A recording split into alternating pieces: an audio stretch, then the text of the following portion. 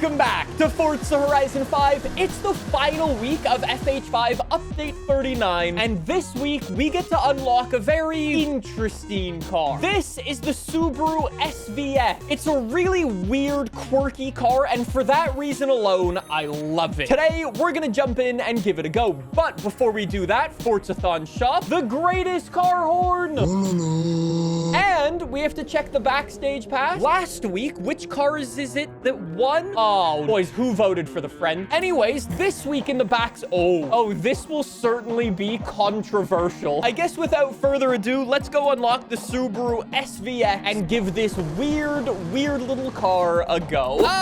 Thank you, sir, and we are good. That was one of the worst speed runs we have ever done. That took us like 25 minutes to unlock this car. This wouldn't be an AR12 video without any fun facts about the very strange and weird Subaru SVX. So this is Subaru's attempt at building a luxury performance car, except they didn't do a very good job because it's not very performance-y. You know when all the other JDM car manufacturers like Toyota and Nissan and so on and so forth were building like Toyota Supras and Honda NSXs and R34s? Subaru was like, hey, we want a coupe car too. And they made this. What do you think SVX stands for? No, you're wrong as it turns out.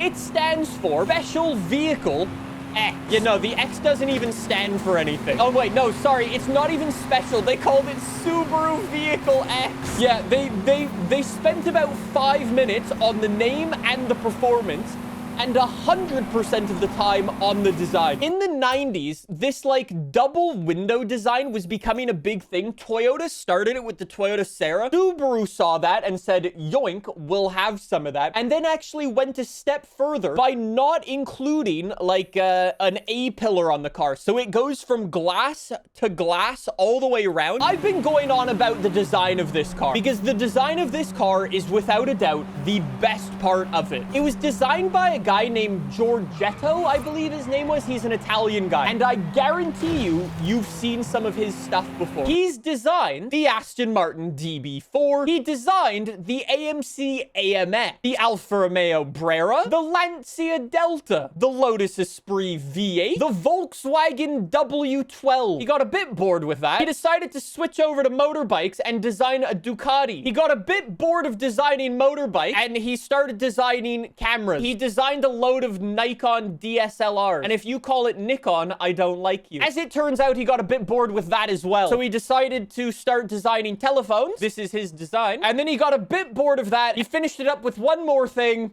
We're just gonna gloss over that final design. What a legendary guy. What's actually kind of funny about this thing, he designed it to be like an airplane, essentially, where it would just be like wraparound glass, you know, in like a fighter jet, how it's just wraparound glass so you can see what's coming at you. That's what he designed this thing off of, with like the double window design. All this to say, Subaru focused 100% of their efforts on the design, and as it turns out, it was a bit controversial. Subaru didn't end up selling that many of these things. I think they only sold like 25,000 SVXs for the entire world. They stopped selling these things in like 1996, and they never made anything like it ever again. I love the weird and wacky cars that were just made for the fact that they wanted to try something, and I like it. Let's jump into some customization for the SVX. Which I was asking earlier if this thing had any customization. I'm sorry to be the bearer of bad news, but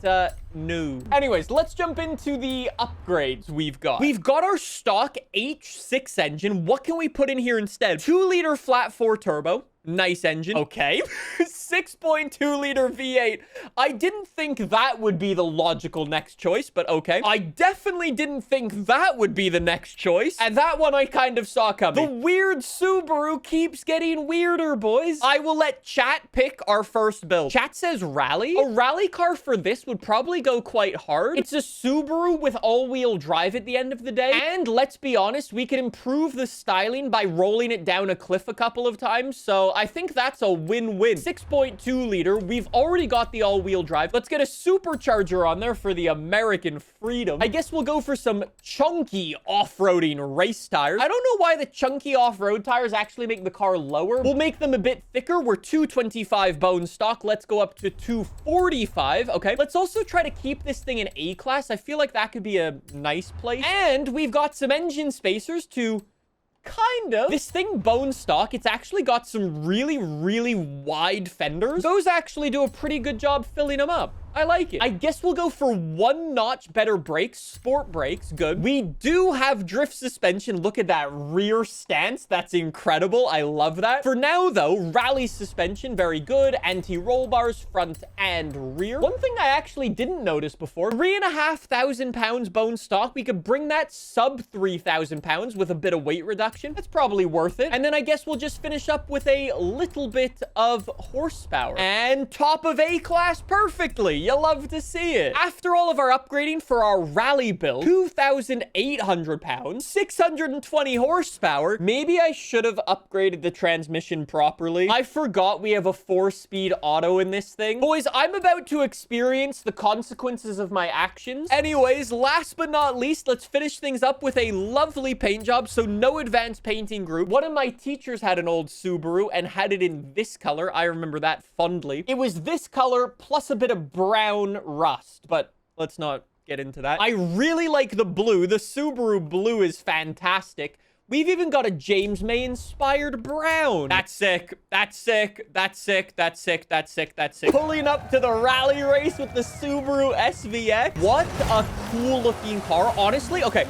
Hear me out, boys. I think this car has done a complete 180 in the style department by simply tinting the window. It makes it go from like a solid 6 to like a solid 9. I like this thing. Oh, I'm being absolutely destroyed in the rally race. I think it all comes down to because this car's got so much like window to tint. If you don't tint the windows, you're essentially driving around in a massive fishbowl. Moving up to P2 with a lovely send through Sector 2. A blue Subaru ripping it through the desert, shooting the sand up into the air.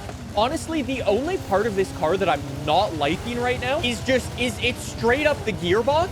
The gearbox on this thing is awful. It genuinely feels like I'm in the wrong gear the entire time. I mean, to be fair, I probably am because I am me. It feels like it's the car's fault this time. I can definitely see why people in real life, one of the first things they did was swap the transmission on these things. The transmission is making this car feel heavier. I guess it's just, it is in the wrong gear the entire time, and it makes it feel terrible. I don't remember the last time I drove a Subaru and went, wow, that doesn't work off-road. How about a road build? Except here we are. Maybe it's because I put in the American V8 and American engines are just not very good. I'm gonna go with a German proper engine.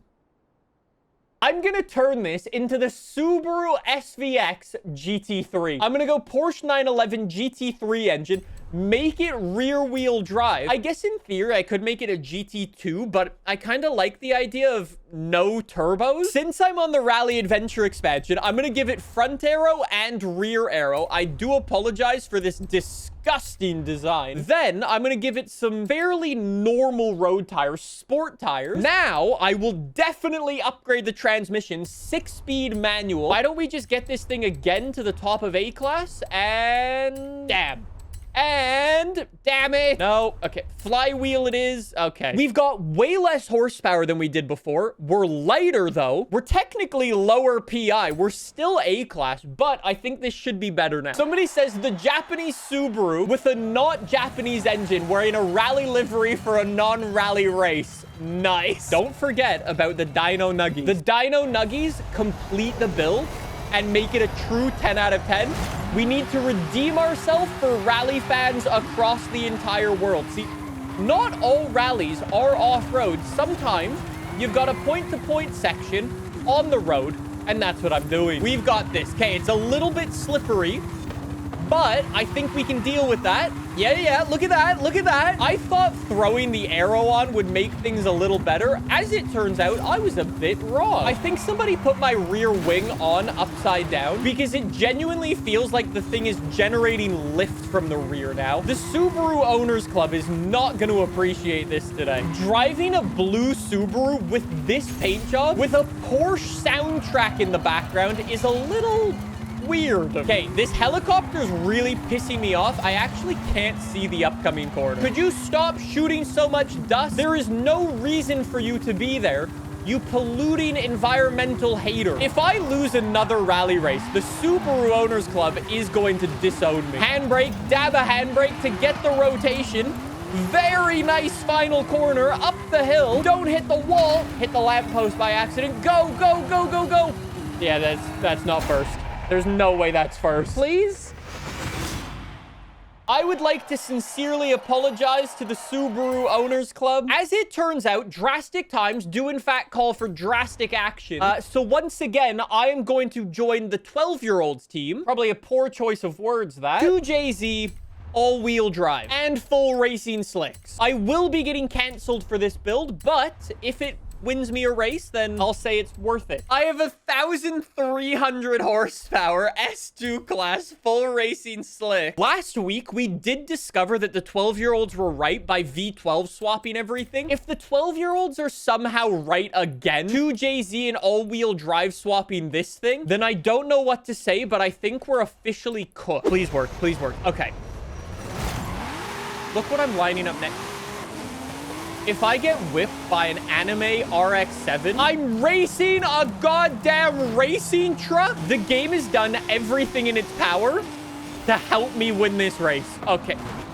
If I can't win this, it's full driver skill issue moment, and there will be no denying it. Okay, get past the racing truck. See you later. We're looking good. Then send it up the inside. Never mind. I get a bit of understeer, then a bit of oversteer. It's always a bit awkward when you get oversteer and understeer at the same time. It makes the vehicle a little difficult to drive. Okay, come on, come on. Race the Panamera. It's the ugliest car in the world. I will literally be sick as I'm driving next to this. Okay, go. Go. Go, Subaru! Oh my god, it doesn't turn. It doesn't turn. I tried to tune all of the understeer out to the best of my ability. I think it might have been a valiant effort, but I think at the end of the day, the Subaru SVX wasn't built with cornering at 200 miles an hour in mind, and it's having a bit of an effect on the drivability of the car. I think it is doing just enough to give me the victory right now, and the Subaru SVX will not be claimed a shitbox. From checkpoint to checkpoint, up the hill, 200 miles an hour, my downforce finally decides to kick in at the end of the race.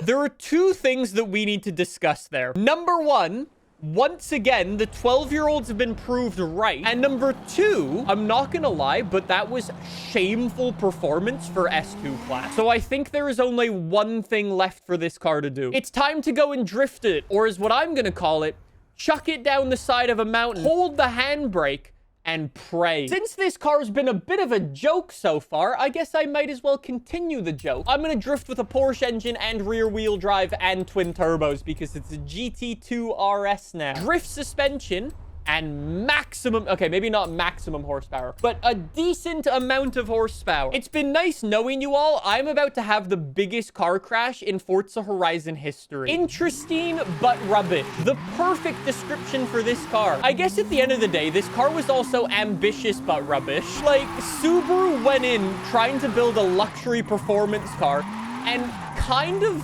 failed at both, if I'm honest. And they failed so badly, they had to discontinue the car after 6 years of abysmal sales. So I guess my findings here aren't wrong. They're just a bit harsh. It's a terrible car, but it's an interesting car, so it does get a special place in my heart. It has redeeming qualities. Actually, I'm gonna get demonetized for this. This is like when your dog gets to about 10 or 11 years old. They've still got a special place in your heart, but you know the best thing for them.